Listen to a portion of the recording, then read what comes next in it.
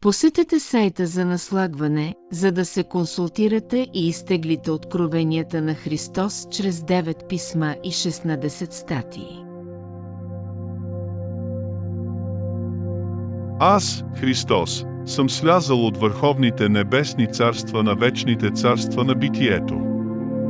Дойдох изрично, за да поправя погрешните тълкувания на моите учения в Палестина, защото догмата на църквата пречи на вашия духовен напредък.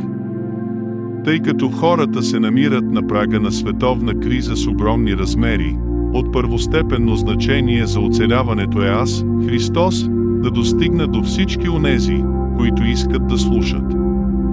Знаете много малко за действителните процеси на сътворението, в които играете важна роля.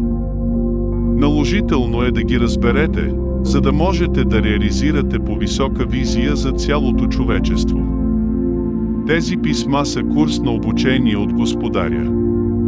Те ще ви кажат истинското значение на това, което преподавах.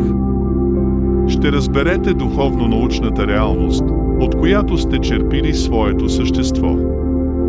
Те описват пътя на Христос, който ще доведе всички до славното състояние на съществуване, което нарекох Небесното царство. Това състояние на съществуване може да се прояви още на земята. Мъжете и жените ще бъдат спасени от невежото използване на техните мощни умове.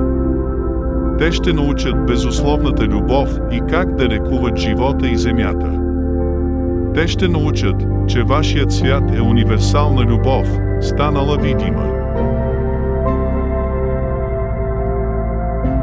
Посетете сайта за наслагване, за да се консултирате и изтеглите откровенията на Христос чрез 9 писма и 16 статии.